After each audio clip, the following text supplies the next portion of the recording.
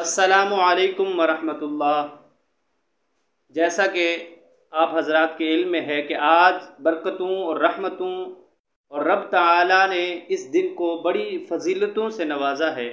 ایسا دن اللہ تبارک و تعالیٰ نے ہمیں نصیب فرمایا ہے۔ دعا ہے کہ اللہ تبارک و تعالیٰ اس دن کو ہمارے لیے بخشش کا ذریعہ بنائے۔ آج کا یہ دن عید الاضحیٰ کا دن، بڑی عید کا دن، جسے عید قربان بھی کہا جاتا ہے۔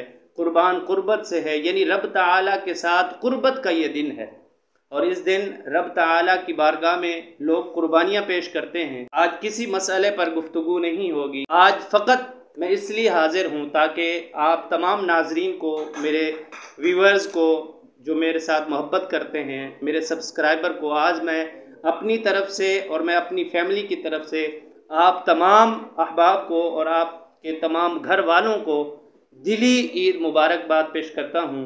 اللہ تبارک و تعالی آپ کے لیے یہ دن بڑی سعادتوں اور برکتوں والا بنائے، اور اللہ تبارک و تعالی اس دن کے صدقے آپ تمام کی بخشش و مغفرت فرمائے، اور اس دن کے صدقے اور اس دن جو بھی میرے ویورز قربانی کر رہے ہیں، اللہ تبارک و تعالی ان کو اخلاص عطا فرمائے، تقوی عطا فرمائے۔ فقط رب کی رضا کے لیے قربان کیجئے، جانوروں کو ذبح کیجئے۔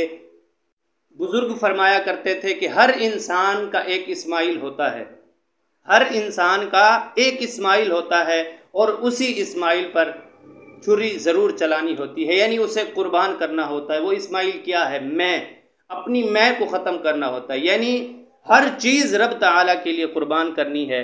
اس کے اندر ریا نہیں ہونا چاہیے، دکھلاوا نہیں ہونا چاہیے، فقط رب تعالیٰ کی رضا ہونی چاہیے۔